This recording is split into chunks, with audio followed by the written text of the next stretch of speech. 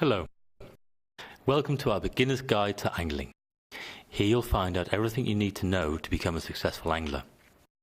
If you go about angling the right way, you'll catch fish on 90% of your trips. But in order to be successful, you'll need to know where to find your quarry and how to present the right bait in the right place. That's what this film shows you. You don't need highly specialized tackle. We show you that in order to start fishing successfully, 2 sets of gear are all that's necessary. We'll begin by assembling the tackle and actually finish tackling up at the water's edge.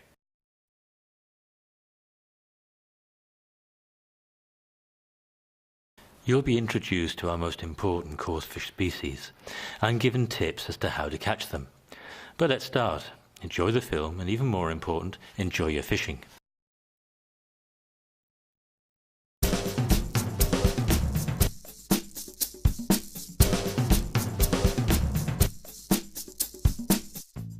Successful angling isn't based on specialized tackle.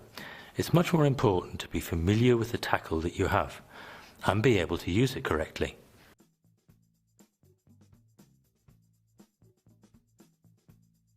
To start angling successfully, you only need 2 fishing rods. The lighter of the 2 should be about 2 meters 70 long and cover casting weights between 10 and 30 or maybe 40 grams. The heavier of the 2 rods should be about 3 meters long and capable of casting weights between 20 and 80 grams. The rod should be made of graphite, as this material is very light. Cork grips that measure 50 to 70 centimeters are ideal. The rod ring should have silicone carbide or SICK linings. SICK rings, as they're called, are very hard and extremely smooth. These make long straight casts easier and don't damage the line. The heavier rod should have 2-legged rings, the lighter rod single-legged rings. The reel is held in place with a screw reel seat. That will keep the reel firmly in place.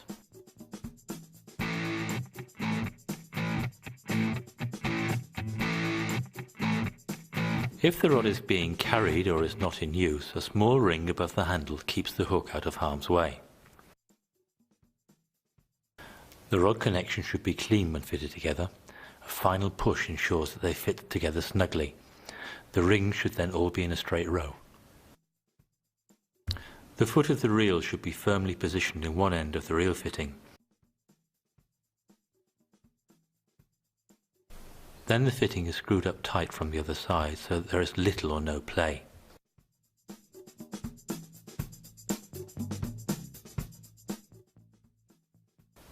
Our first reel should take about 200 yards of 7 or 8 pound line. That's strong enough to catch fish up to 10 pounds, or more if you're an experienced angler. The larger reel should take about 200 yards of 15 pound line. If you wish, you can use slightly more 12 pound line on this reel. Most reels come equipped with a spare spool. You should fill the spools up to about 1 millimeter under the rim.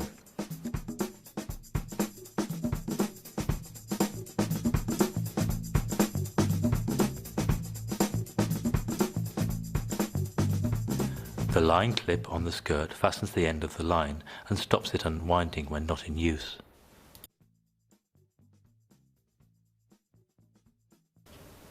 Now the line is threaded through the rings. Fold back the bail arm, take the line out of the clip and thread the line through the rings.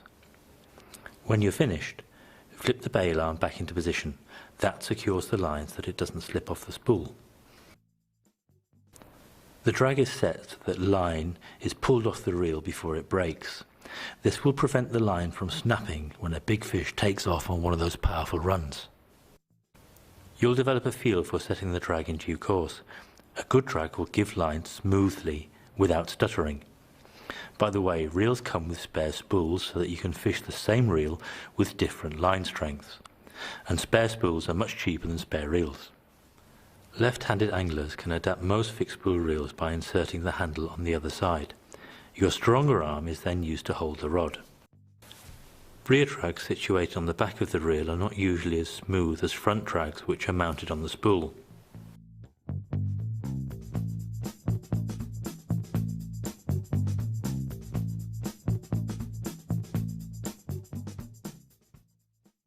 Fish have difficulty seeing line that is coloured light brown, grey or green.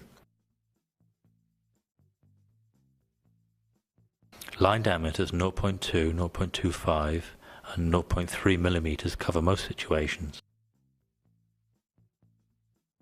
The line here has breaking strengths of 4.2, 6.4 and 8 kilos. However, the actual breaking strength is equivalent to the weakest point, which is usually a knot. That's why knots should be tied very carefully. Lubricate your knots with spit before pulling them down. This prevents friction and heat, which weakens the line.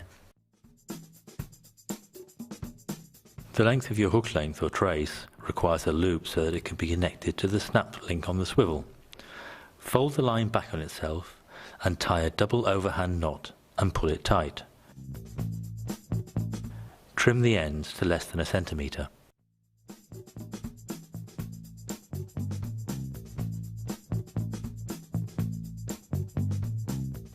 The most important fishing knot is the grinner.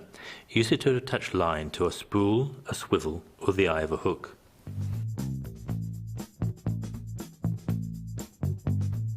Here the line is threaded through the eye of the hook and doubled over. Now tie an overhand knot but thread the line 5 times through the centre of the loop.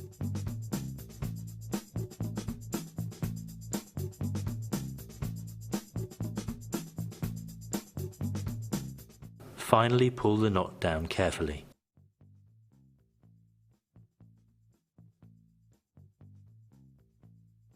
The coils should lie neatly next to each other, just like here.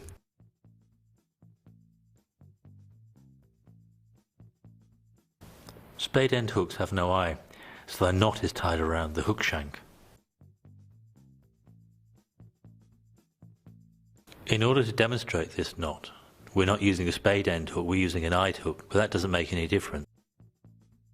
Again, the free end is folded back on the line that runs along the hook shank.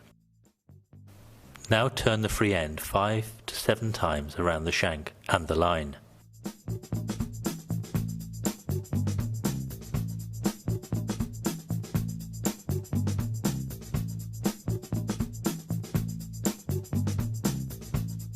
Pass the free end through the loop at the bottom and pull the knot down tight.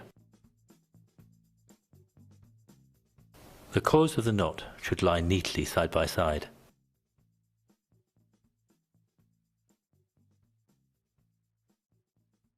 One uses a double grinner to join 2 lines together.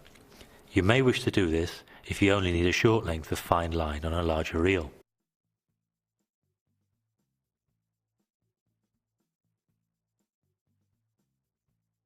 The spool is then partly filled with a cheaper backing line. Then the finer line is tied onto the backing before one finishes spooling up. Lay the 2 lines parallel to each other. Now make a loop with the right hand line. Take the end and tie a 4-turn overhand knot around the other line. Finish off this side of the knot by pulling it down nice and snug. Now do exactly the same with the left hand side, pulling the knots so that they slide together nice and snugly.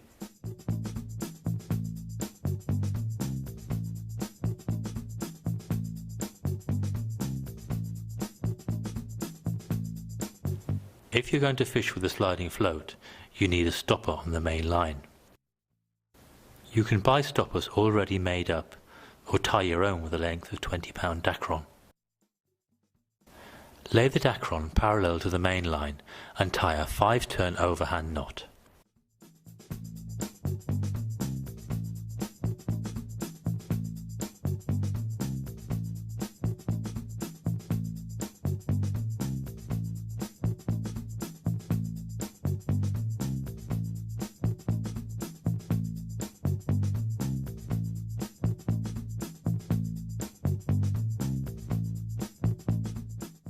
Pull the knot down and trim the ends to about 2 centimeters.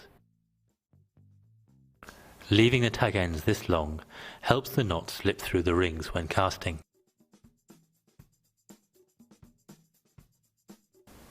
The higher the hook size, the smaller the hook. So you use a number 12 hook for catching small fish and number 10 is a general purpose size for roach, bream and carp. A number 4 hook serves well for carp and barbel, and if you use small dead bait you'll catch perch and chub. A number 1 hook is a good size for using fish strips for zander. The line is tied to the eye of the hook.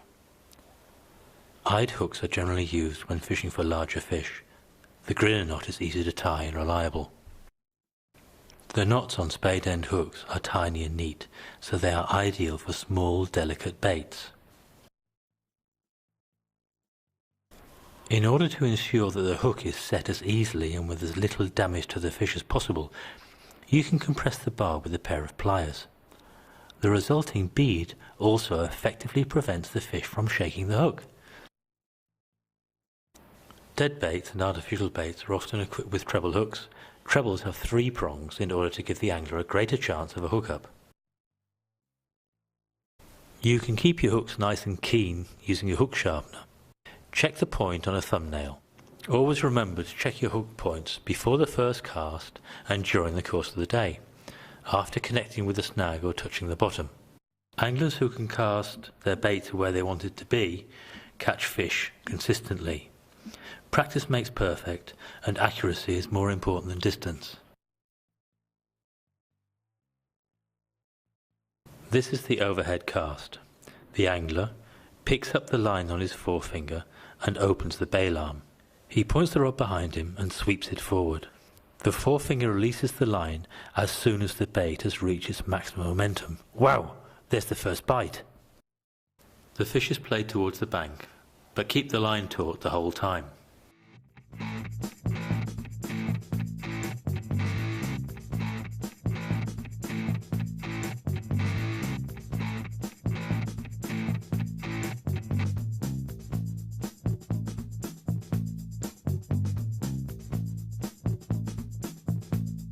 The side cast is much the same as the overhead cast, but the rod is held out to the side. That's handy when the bank is overgrown, making an overhead cast difficult. Just before the rig hits the water, the forefinger slows the cast down. This stretches out the line and avoids tangles. The bail arm can either be flipped over manually or with a turn of the reel handle. Then pull the line tight with your free hand. This ensures there's no loose coils on the spool. The underarm cast is used when there is a lot of restrictive undergrowth, which makes other casting methods tricky. Apart from that, it's a very good way of placing a bait accurately at short range.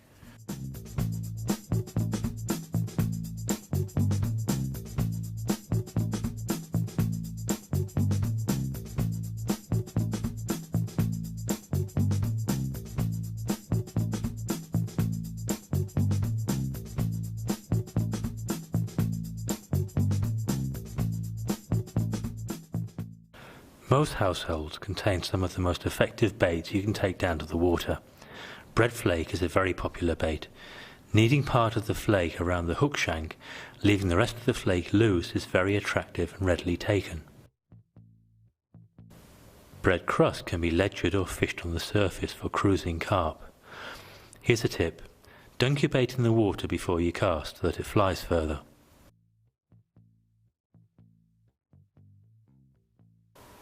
Breadcrumbs and water can be kneaded together into a paste that makes an excellent bait. Use it on its own or mix it with different flavours such as honey or parmesan cheese or vanilla sugar. The consistency is just right when it holds on the cast but falls off on the strike.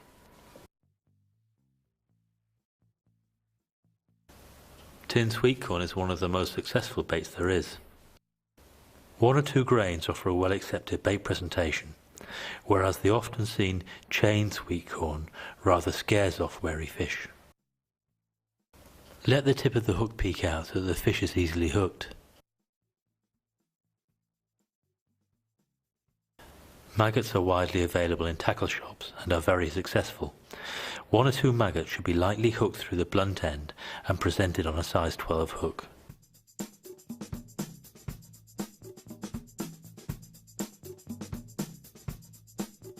Worms are the all-time classic angling bait. You can collect them on a rainy day, dig them in the garden, or buy them in most tackle shops. The hook size should be chosen to fit the worm. You can catch bait fish with a baitfish net. These nets are about a square metre in size and are attached to a cord that you can fasten around your wrist for safety. Let the net sink in the water and then raise it quickly.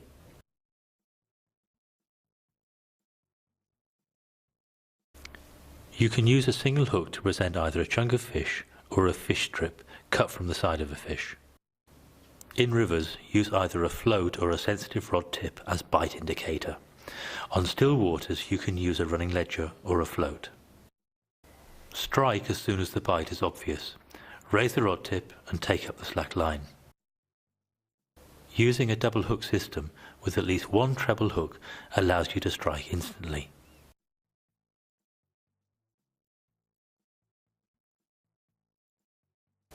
If a large deadbait is rigged with just one hook, you should give a taking fish time to stop and turn the bait after its first run. As soon as the fish moves off for the second time, he's turned the bait. Now you can set the hook.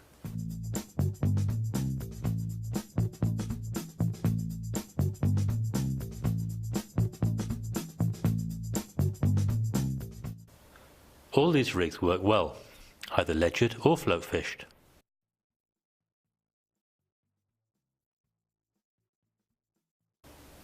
A quick strike system with two trebles is easy to build yourself. The eye of the right-hand treble is threaded onto the steel trace and the loop is laid parallel to the shank. Wind the trace 3 times around the shank and itself and thread it through the eye of the treble once more. Done. Before going fishing, you require the permission of the person or organisation that own the fishing rights of the particular water that you want to fish. This is usually available in the form of a licence or a time-limited permit from a nearby tackle shop. Some countries require that their citizens take a proficiency test, but often grant exemptions for foreign visitors and tourists. Clubs are often helpful, and their members often have the right to fish several waters.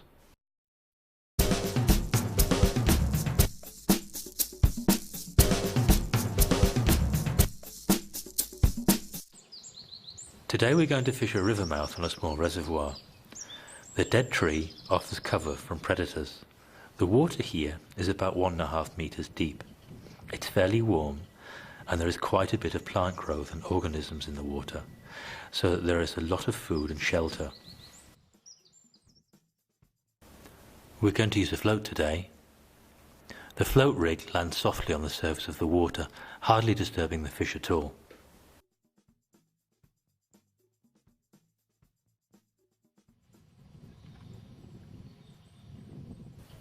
The float shows the lightest of bites.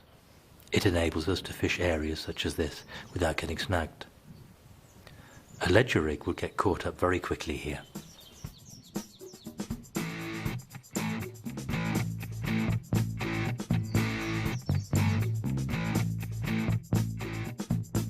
Floats are best stored and transported in float tubes. The most important factor when choosing a float is that it offers minimal resistance to the biting of fish, so choose the lightest, finest model possible.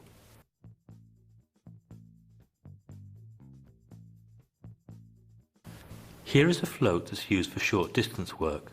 These are called straight peacocks or wagglers. They're all available in different sizes and materials, so they can carry different weights.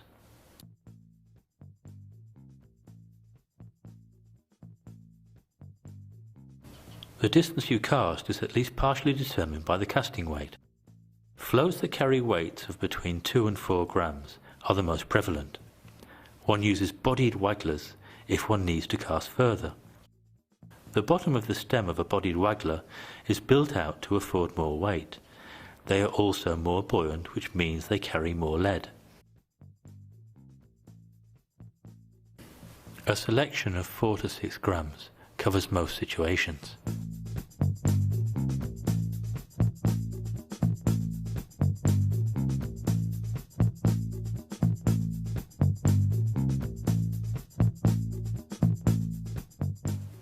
It was a British river, the Avon, that gave its name to these floats.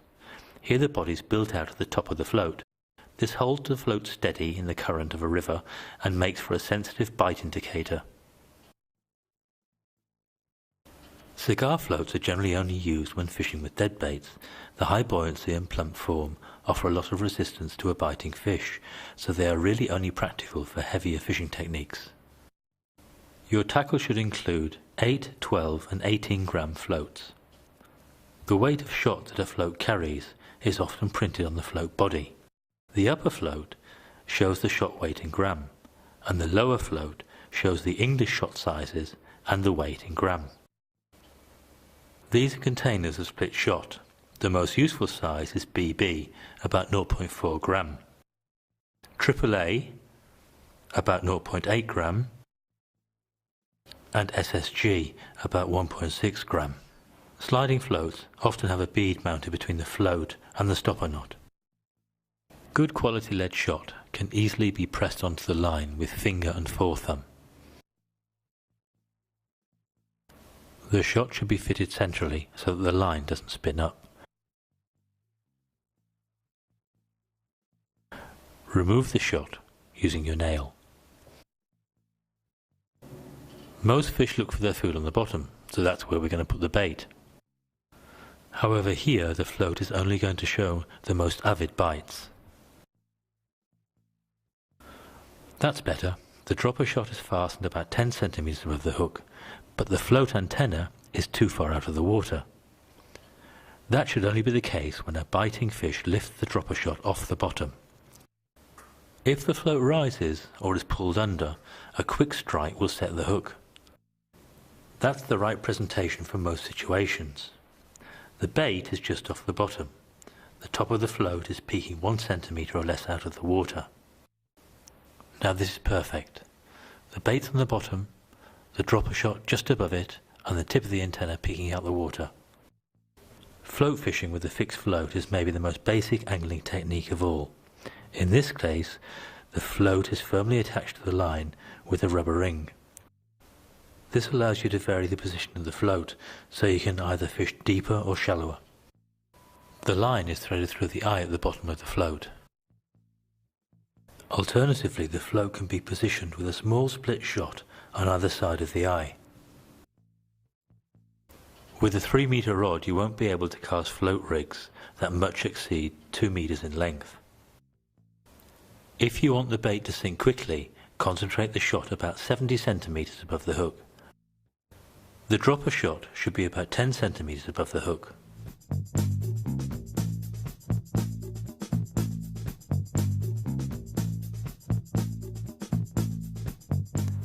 If you want the bait to sink slowly so that it fishes steadily all the way down, then distribute the shot along the length of the rig.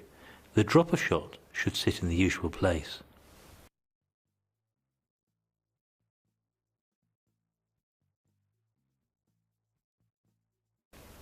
The sliding float makes it possible to fish at all depths, no matter how long your rod is. The float runs freely on the main line and is only stopped when it comes up against the stopper knot. If the float has a large eye, then one uses a bead to stop it slipping over the knot. Generally, this is an easy-to-use rig that casts well, and you can change the depth at which you fish easily simply by moving the stopper knot. Now, let's take a closer look at those carp between the branches of that dead tree.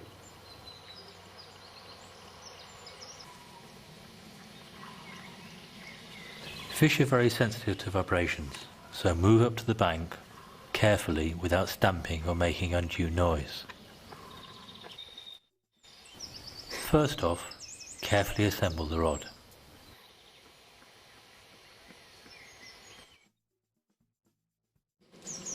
A side cast sends the sliding float rig into the swim.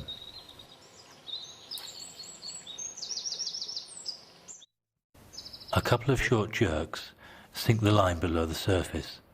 That way, neither wind nor surface currents can affect the line, and the rig stays where it's cast. The rod is placed in the rod rest. An unattended rod can be pulled into the water by a taking fish in the blink of an eye, so the bail arm is left open. Our bait today is a single piece of sweet corn on a size 10 hook. A few loose grains of sweet corn are thrown in to ground bait our swim and attract the fish. After a few minutes, we see the first activity, and the first fish is hooked.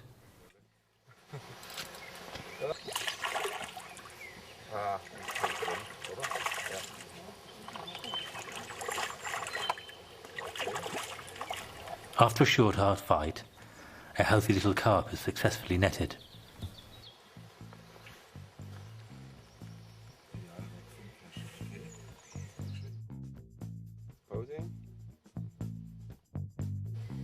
He fought well. We're going to put him back carefully so that he can grow and live to fight another day. Okay. On our next visit, we pay attention to the fish that are under the overhanging branches and underneath the jetty.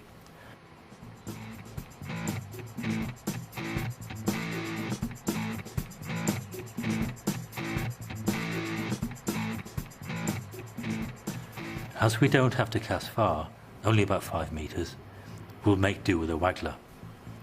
Once again, we'll be using that tried and tested sweet corn as bait.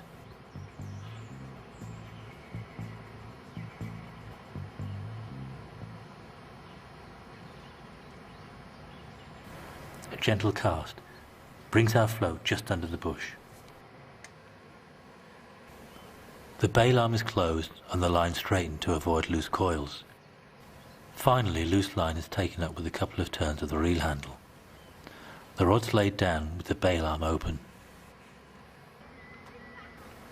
Once more we ground bait our swim with a few grains of sweet corn. These attract the fish.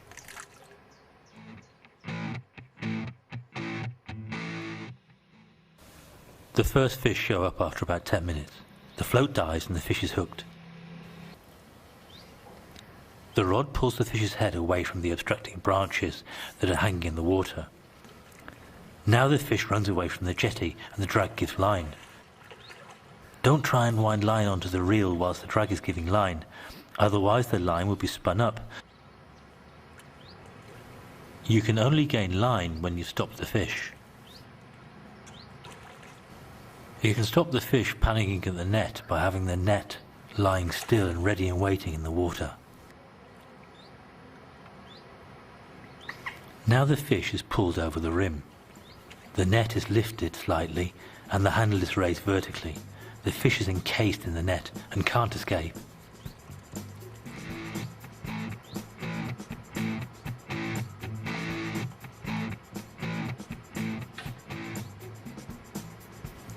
What a lovely mirror carp with a high back. He just couldn't resist that bait.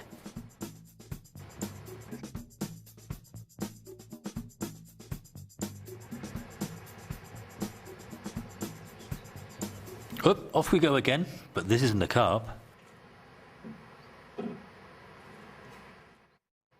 Sorry.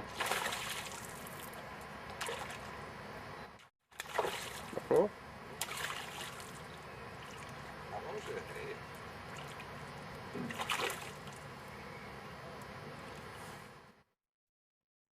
Raising the net handle vertically before lifting the fish prevents the handle from breaking under the strain. At the same time, this locks the fish within the net. That's a surprise. It's a Crucian carp. The hook is removed carefully using needle nose pliers. The float's really serving us well today.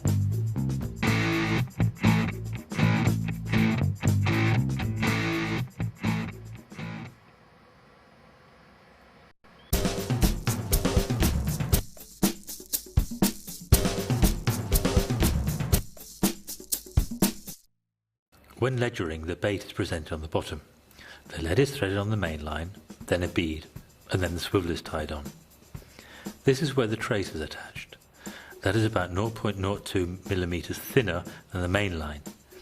Our bite detector is either the rod tip, an electronic bite alarm, or simply when the line is pulled off the spool. The weight is an Ardsley bomb, or pear lead as it's called. The most useful sizes are 10, 15, 20 and 30 grams. Today we're fishing for barbel at the mouth of a river. We're using luncheon meat as bait. A 1.5 centimetre cube of luncheon meat is threaded onto a 60 centimetre long trace with a bait needle. The needle is inserted into the bait, the trace is looped onto it, and the bait is pulled through, right down to the bend of the hook.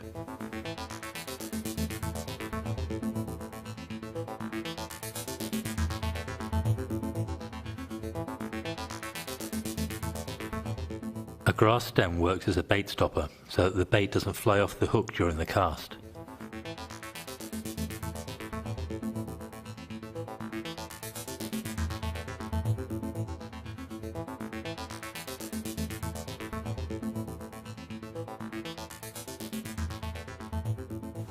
The rod is placed on a tripod with the rod tip pointing upwards and the line is pulled taut.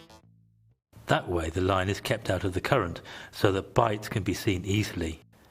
If the rod tip nods erratically or suddenly slackens off, then the chances are that it's a bite and should be immediately struck.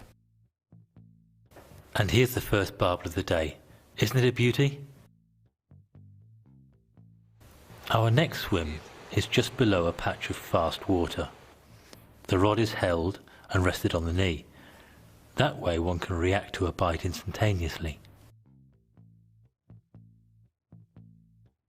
This fish fights strongly, but not for long. Ha, I thought so, it's a chub.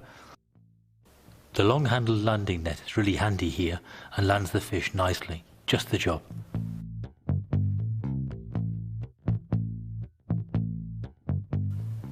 There are many different kinds of bite indicators and alarms for still water or river fishing for carp or predatory species. In any case, the line must be able to flow freely from the spool so that the quarry isn't frightened off. One possibility is to wedge the line under an elastic band. A biting fish will be able to take line without noticing anything. If you want the bite to be more visual, or hear it, maybe during darkness, try fastening the line to the foot of the reel with a bit of tin foil. A little line left hanging loosely from the rod tip also shows the lightest of bites.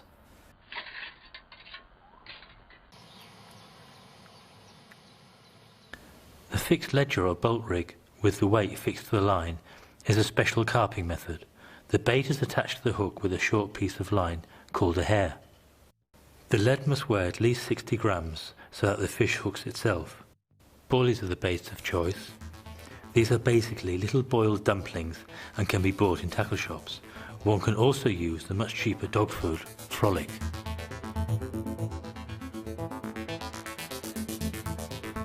You do need some specialised terminal tackle. A so-called inline lead that contains a piece of rubber tubing to prevent tangles during the cast. And in front of this, a close-fitting snap swivel. The trace is made up of braid and has a breaking strain of about 20 pounds. The hook size is round about a 4. A special baiting needle makes baiting up easier.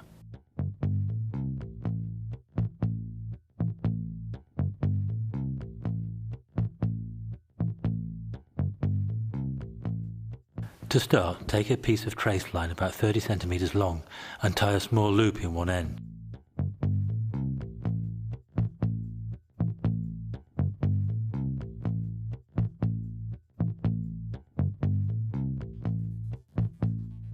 Then, using the baiting needle, thread a 20mm boilie onto the trace so that the end is just sticking out a little bit.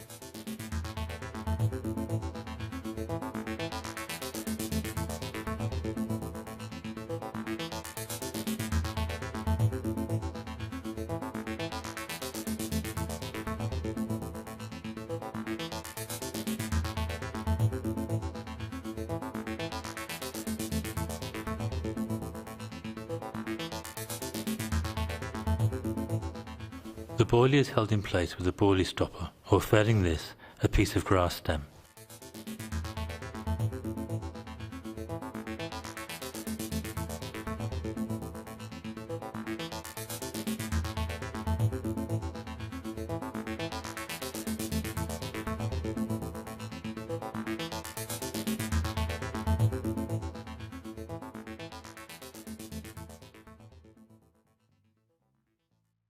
Now thread the trace through the eye of the hook from the back.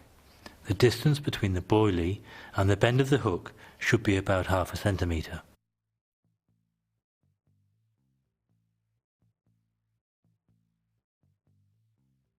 Wrap the line 6 or 7 times around the hook and thread it through the front of the eye. A loop in the other end completes the new trace.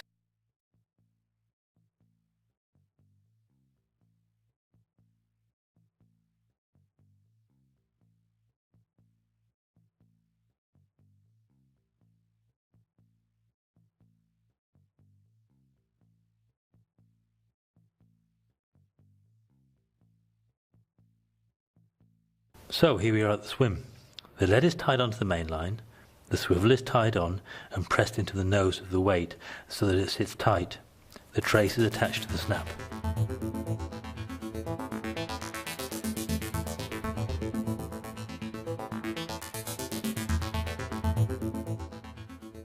The swim's pre-baited and the bait's cast out.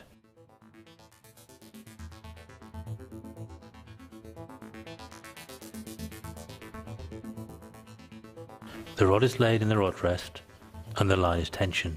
The line rests in the bite alarm, which registers a bite with a high-pitched sound and a light signal. A swinger visualizes the bite by swinging upwards when a fish takes the bait. Should a fish take the bait and swim towards the rod, the slackened line is then pulled down by the swinger. This moves the line through the bite alarm, which then also signals the take. The swinger arm should be set horizontally or tilted slightly upwards.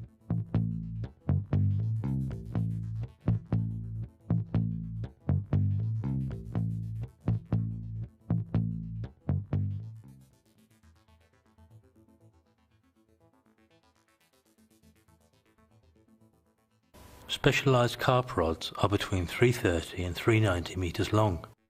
They have a split grip and large rings to aid casting. A bait runner reel has an adjustable free spool modus. One can set the tension at which line is released, even when the bail arm is closed.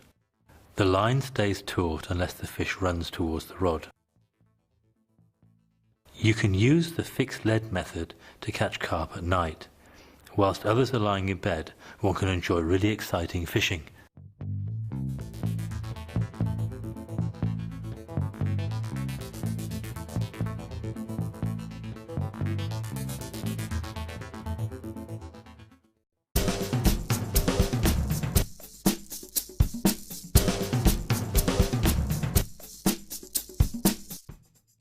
Spinning is the art of fishing actively, with mainly artificial baits. The spinner is cast out and retrieved in such a way as to imitate a small or weakened bait fish. Here under the weir, we expect trout or chub. First off, the easy to carry tackle is to be assembled.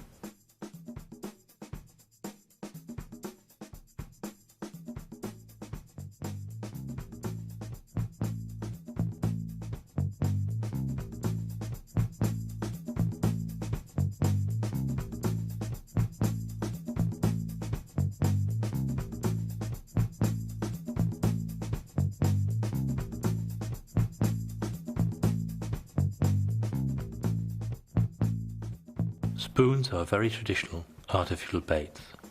Basically, they consist of a spoon-shaped piece of metal. They wobble and tremble when retrieved through the water and imitate an injured fish. The more compact-shaped spoons are successful in still or slowly flowing waters, whereas the longer spoons catch well in quickly flowing rivers and streams. The blade of a spinner spins in the water when retrieved and creates strong vibrations which fish are very sensitive to. Light reflections contribute to the effect of a small fish. The size range is generally graded from 0 to 5. Plugs emulate a small fish. There are chunky and slender forms, and they are available in natural or luminous colours. Floating plugs are generally most useful. The bib on the front of the plug generates the action and regulates the working depth of the plug. Slender, agile bibs bring the plug deep. Plump, flat, vertical bibs hold the plug on or near the surface, and make it wobble and spit. Fishing with soft plastic baits has become a very popular and successful method. The jig head provides the casting weight. The jig consists of lead which is cast around the top of a specially designed hook. Rubber fish or shads are the #1 rubber bait at the moment, closely followed by twisters. When fishing for predatory species in waters that have a pike population, one should always take care to use a wire trace. Such a trace is about 40 centimeters long and is connected to the snap swivel of the main line. Wire traces are available ready-made, or you can make your own to measure using wire, crimps and pliers. Thread a crimp onto the wire, then if you're spinning a swivel. Then thread the end of the trace through the crimp and back on itself once again.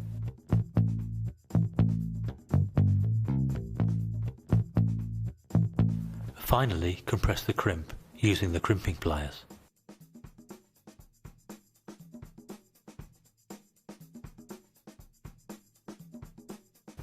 The equipment you see here can be bought in all good fishing tackle shops. So here we are back at the water's edge. There are no pike in this stretch, so we won't use a wire trace. Today we have chosen a regular size 2 spinner. A swivel is important as it stops the spinner twisting the line. The drag is checked and the landing net is laid out ready to use.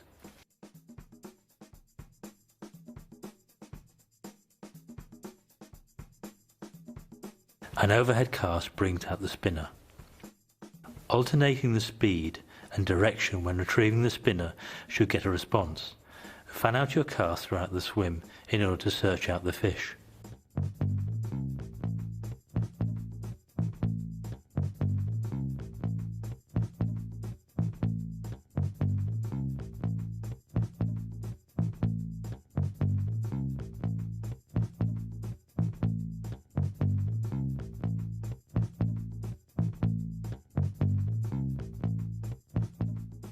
After just a couple of casts, the first rainbow trout is trying to fight itself away from the landing net.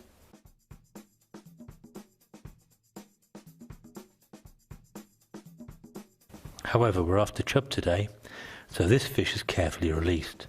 The angler wets his hands so as not to damage the fish's slime and scales, and the fish is gently set free.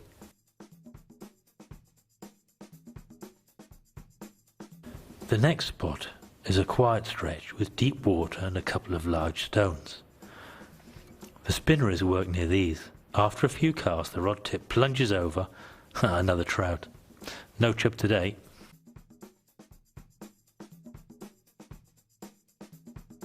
Further on down the river there's a small cascade. Oh, this is a tempting spot. But no, our next casts are going to be on a shallower stretch.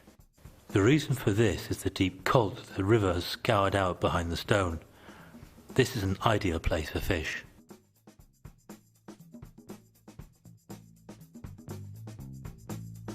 Once again, the spinner is successful.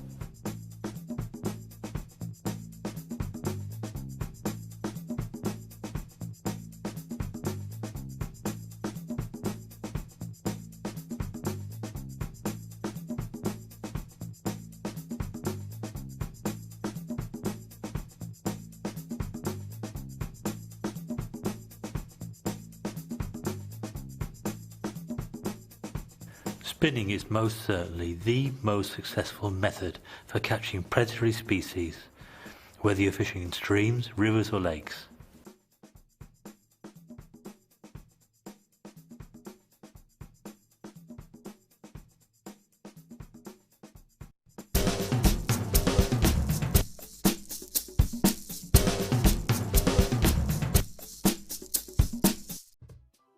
Roach reach a length of up to 45 centimeters and 2.5 kilos, but mostly they weigh 100 or 200 grams. A 1 pound roach is a fine specimen. One can recognize a roach by the red-rimmed upper pupil. The mouth is neither over nor undershot.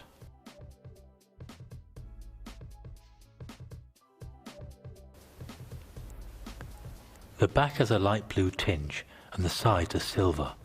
Roach thrive in warm water and are generally near the bottom or sometimes in mid-water. The best baits are maggots, small worms or sweet corn. The hook size is 10 to 16 and a 0.2mm trace is sufficient. Small roach make excellent dead bait.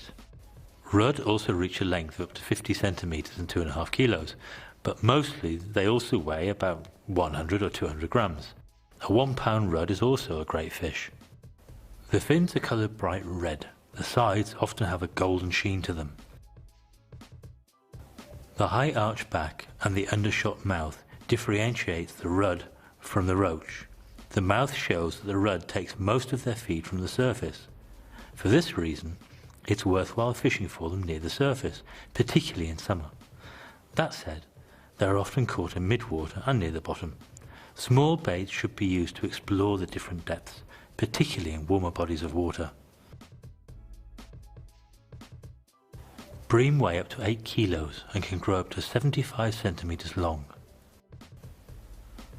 The average fish weighs between 250 grams and 1.2 kilos. Bream have silver or bronze sides and a high arched back. The mouth is even and can be flipped out to act as a small trunk in order to grub for food in muddy bottoms. Pretty much every warmer river, pond or lake has a stock of bream. The most successful baits are maggots and sweet corn, but a worm often finds the larger specimens. 0.2 or 0.25mm trace line and a hook size between 4 and 10 will do just nicely to catch these fish. The chub can top 5.5 kilos and grow to be 70 centimetres long. However, a fish that reaches 50 centimetres is a real specimen. They have strong, almost stubby bodies and curved ventricle and dorsal fins. The dark edges of the scales give a net-like pattern to their flanks. Chub prefer warmer, gently flowing water. They are omnivorous and can be caught on natural and artificial baits. They can often be seen near the surface, although they are frequently caught on or near the bottom. Luncheon meat's a good chub bait, as well as size 2 or size 3 spinners. You can use a 0.2mm trace.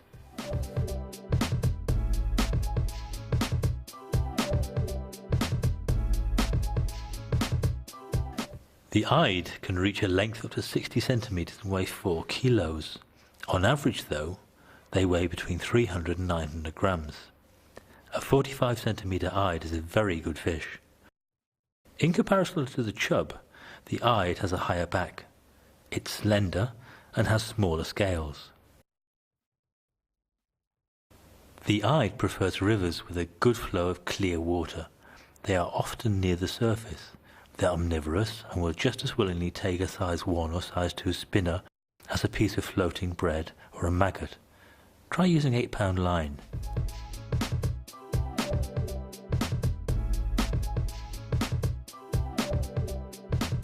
Barbel grow to a length of 90 centimetres and can weigh up to 9 kilos. The average fish weighs in at about 1, maybe 1.5 kilos. A specimen fish weighs in at over 2.5 kilos. Barbel are easily identified by their strongly overshot mouth. 4 strong barbels from which the barbel gets its name. These help the barbel to find food in the riverbed.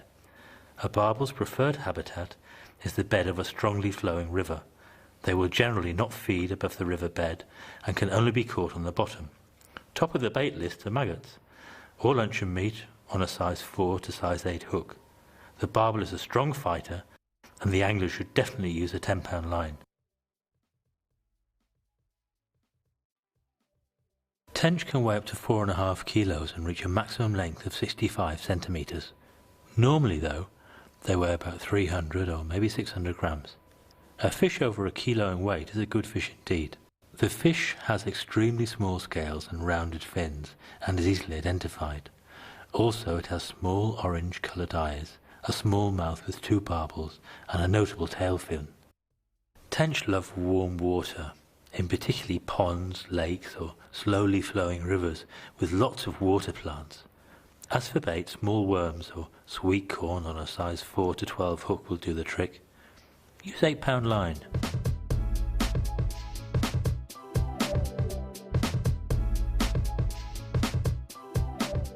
Crucians, or Crucian carp as they're more correctly known, can reach a length of up to 50 centimetres and weigh up to 3.5 kilos.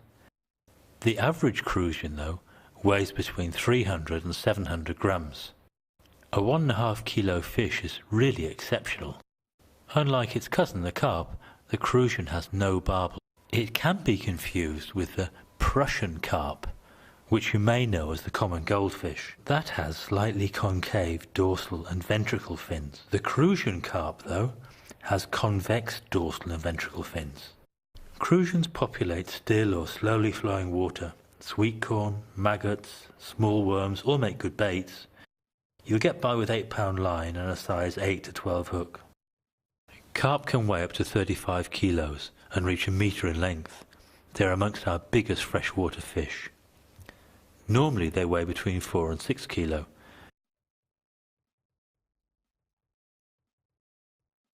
Fish over 6 kilo are a real pleasure to catch, but the specialist carp angler only considers fish that are over 20 or 30 pounds a real specimen. Carp have a high arched back and a long dorsal fin. The mouth carries 2 small and 2 larger barbels. Basically, one differentiates between so-called wild carp that are covered evenly with scales and the mirror carp that has only a few large individual scales that are reminiscent of mirrors and a much higher arched back. The wild carp is the original form before the carp was domesticated. Almost all warmer waters have a stock of carp. Most large carp are caught using the bolt rig and boilies. Other popular baits are sweet corn, worms and many other standard types of bait that can be presented with classic float or ledgering tactics.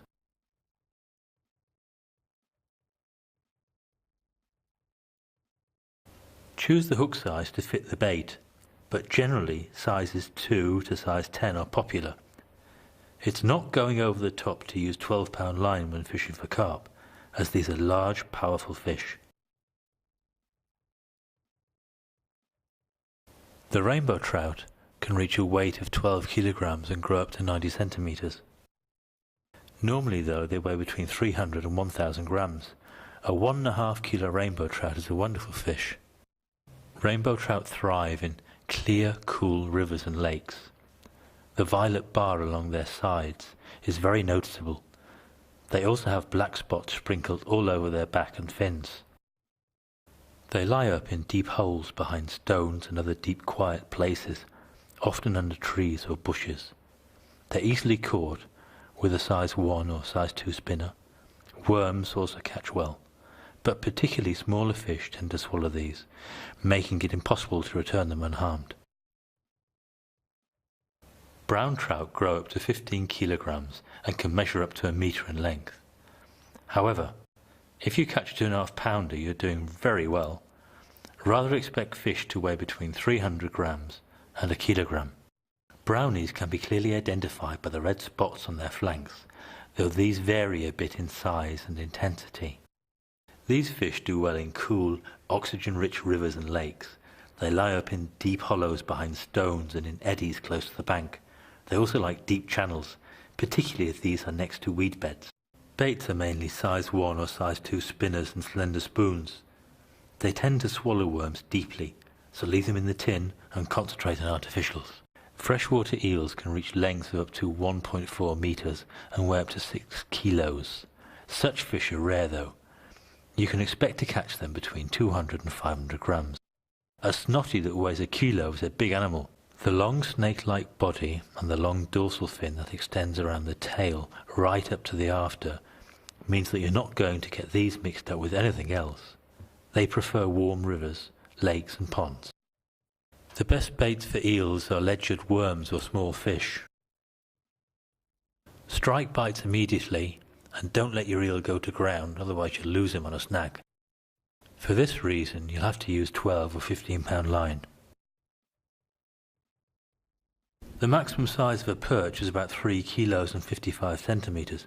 Such fish aren't common, but fish between 100 and 300 grams are. Perch have a high arched back, dark vertical bars, as well as red pectoral and ventricle fins. They're quite a pretty fish, but be careful of the spiky first ray of their dorsal fin and sharp spine on the gill cover. Almost all waters have a head of perch, providing they're warm enough. Usually they are close to the bottom, but you can often see them chasing bait fish on the surface. Best baits are worms, small spinners, plugs and dead baits. 8-pound line is just fine.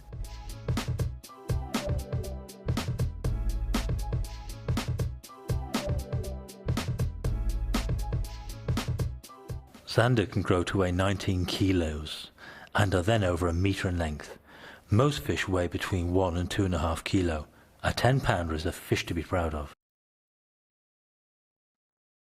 The zander has an elongated body and a deep split mouth. In the dark, the eyes often seem opaque as they reflect the light. The scales are silvery and often have a golden sheen to them. Zander frequent rivers and lakes with strongly coloured water and a stony or sandy bottom.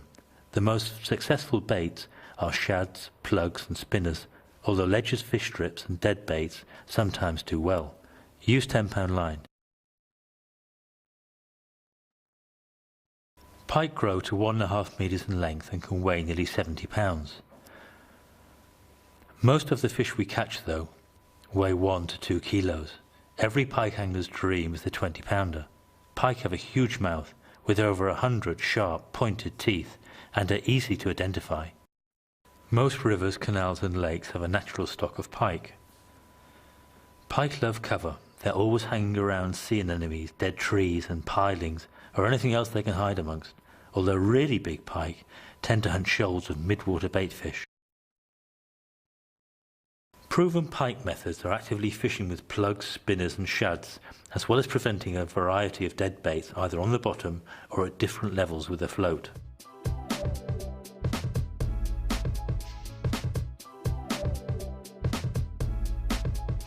Angling appeals to our hunting instinct. A normal part of this instinct is the desire to bring part of our catch home. Nowadays, with so much pressure on fish stocks, taking everything edible would be antisocial. However, removing 1 or 2 fish from a healthy wild stock or a well-stocked and maintained private water does no harm at all. If you treat your catch properly, you'll get the most satisfaction from it. For this, you'll need a heavy instrument and a sharp pointed knife. Stun the fish with a knock on the back of its head, and then puncture the heart by inserting the knife point between the pectoral fins. This stuns, kills and bleeds your catch. Slit the belly of the fish open from the after up to the gills. Now remove all the organs and the gills and scratch out the kidney vein, which is the bloody strip below the backbone. Keep your catch cool and eat it fresh and enjoy it.